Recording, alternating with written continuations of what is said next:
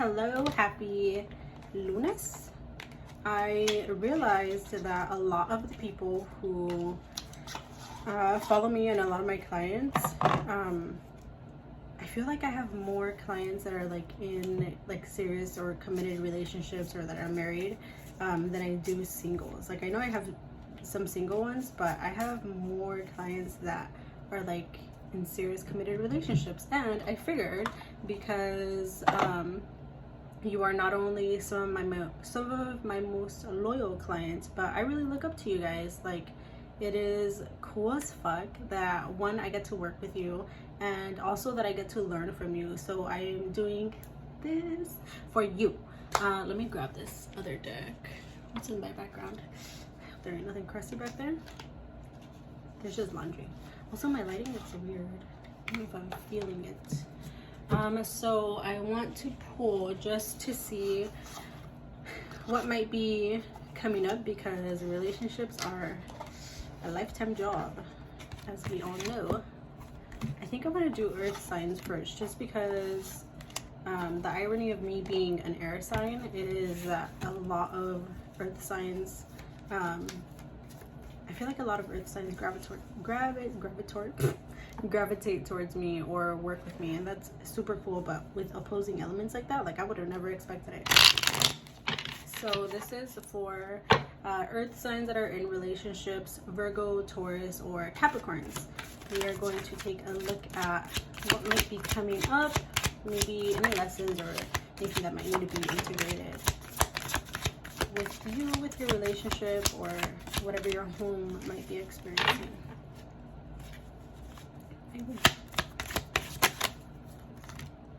Ooh, I like these. These are cool. This is one of my favorite decks too. It's incredible. I feel like I'm sitting like awkwardly close to my desk, so I feel a little squished. Okay, so the first card that I got was the Mother of Air. This one came out in reverse, as well as the Wealth card. They feel a little different. So with the Mother of Air, I usually don't read these in reverse, at least not with this specific deck. Also because I don't even think that they have, do they have descriptions in reverse? No, I don't think so. But this is the Vision Quest deck. 10 out of 10, top faves, along with this other one that I got recently, the Tarot de El Dios de los Tres. 10 out of 10. I've really been fucking with that one lately. But anyways, so the first card that I got for you was the Mother of Air. And with this one, like I mentioned previously, and as you may know already, relationships are a lifetime of work. And while sometimes we might think that when we're in relationships we don't need to do any of the healing work, lessons still come up, especially if you have children. Children are usually our opportunity to do shadow work and to do some deep, like, inner child work. So if you have kids, I think that you might have been experiencing, or you have been, or you might be, this Cancer season, you might notice, honestly, if you have kids, you probably notice them from day one, just because that's how intense these things come up. But if you have been maybe more recently either reflecting or feeling any type of like triggers, or maybe disconnections within the relationships with your kids, or maybe seeing things that hurt them that in turn hurt you, I want you to notice what those things are and try to dig deep. Like, where did that pain come from for you when you witness it? And also, how can you nurture yourself in order to nurture them? Because I think that a lot of times people, especially if you come from like traditional like Latino backgrounds, I'm Mexican, so that's what I'm accustomed to, but I know in a lot of other cultures it's pretty similar. But when we come from certain cultures, we're accustomed to be like, oh, kids don't know what they're doing, kids don't know what we're talking about, they don't know what these big feelings are, they can't experience these big feelings the way that we do, and that's false. So make sure that you are helping nurture yourself in order for you to not repeat false narratives that you might have learned or that you might have heard. I think it's going to be really good. You might experience a little bit of grief, a little bit of just pain, and honestly, maybe even like tears of joy. So it could be the polarity of both. But I do think you might, if you experience the grief, it might be like, damn, like I should have done this or I should have done that. Don't should yourself. Just use the information and the wisdom that you know now to transform your relationship and to help them heal and grow and nurture themselves as a result. And if it's joy, then let yourself feel it. Let yourself feel that gratitude. If anything, you should play one of my, excuse my language, play my favorite song that is called Gracias a la Vida by Mercedes Sosa, I think. Maybe sit with your kids and listen to it, or throw your earphones in and listen to it while you're taking care of them. I think it'll hit you like, it'll hit you in the heart, but in a good way. So this is the Mother of Air, and this is just coming into the awareness of these things and being able to release yourself from any type of burdens or any type of maybe heavy grief that you might feel, because sometimes we feel grief over like, oh damn, like I wish this would have happened, and that's not as heavy as like, oh my god, like this happened. You might experience polarities of it, but take your time. And then the next card that came out was Fulfillment, the 10 of Water. I think that doing the inner work around this is gonna allow you to really bask in this gratitude and this love, and honestly it's probably going to feel like an entirely new life for you, especially if whatever this brings up for you feels new to you. I think that you will start to see like, holy shit, like I actually don't have to worry about maybe being the same as my parents, because while our parents might have loved us deeply, we might have been unconsciously creating patterns that hurt us when we were younger. And when you start to recognize, that might be the grief that comes up, but you have the opportunity to shift it, to change it, and to help, again, nurture yourself and in turn your family and your home. The other card that came out was the 10 of Earth. This one did come out in reverse, so I feel like if there is any I wasn't gonna say denial or even negligence of whatever these things might be, because sometimes we get stuck in our programmed beliefs and we feel like we can't break free of them, or we feel like we can't make a difference, or we can't change them, or it's too late to make a difference. And that's not true. It's not true. And I'm gonna say it again, it's not true. You do have the power to make a difference today, even if you might have caused pain, or you might have felt pain and unconsciously caused it. You have the power to make a difference today. It is never too late. The only time that it's too late is when you don't try. And I think that because you will be experiencing like both, I think that you experience like as parents, honestly, if you're a parent, I think that you experience both of these things like on a day-to-day basis. But when we experience more shame or more guilt, it does affect our finances. And you might notice even how, like, if you've had a pattern of issues with your finances, or just like major like ups and downs, you could easily relate it to this stuff. So to flip this card this way, focus on the gratitude, the healing, and the integration of all of the things that you've already learned thus far. That feels pretty good. If you do not already have kids, it's fine. This can still apply if you are just in a committed relationship, where you might be able to see some of this like past hurt, or you might be reminiscing on just literally past hurt. That's just the only thing that's coming up. It's literally past hurt. You might be reflecting on that and maybe seeing it as like, damn, like I might have self-sabotaged, or like, dang, like I might have closed myself off too much. Nothing is permanent when you come into awareness of it. So again, you can change it, especially with the ego in the background, which is my spirit animal.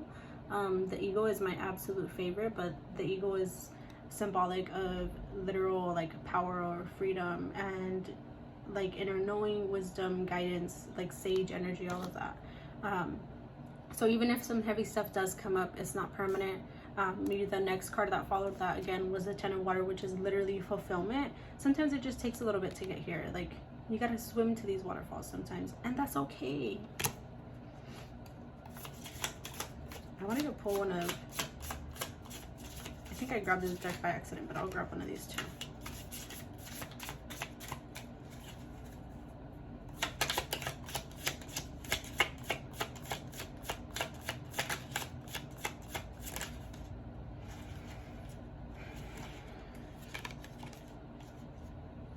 Okay, so for the Ten of Earth card, I got the Ten of Wands. So I don't think I need to explain this card any further. Maybe just rewind to listen to what I said about the Wealth card in reverse, and how when we carry like grief or shame, or when we avoid like the opportunity to transform things or to change things or to improve things, how that affects our finances. Just replay that if you need to, because honestly that's this. That's this. I have nothing more to add to this Ten of Earth card. And I remember this was in reverse. And then the other card that wanted to come out was Ace of Pentacles, which is strong as hell. Maybe even watch your, I want to say watch your general readings. I know that this specific reading is focused for people in relationships and committed relationships, or like committed relationships with children. But watch your regular readings too, because I feel like for one of you, or yeah, I feel like for one of you, this card came out, which is the Ace of Pentacles. And when I pulled this one, I mentioned a lot of focus on the solar plexus chakra, which would also correlate to this reading, because it talks about your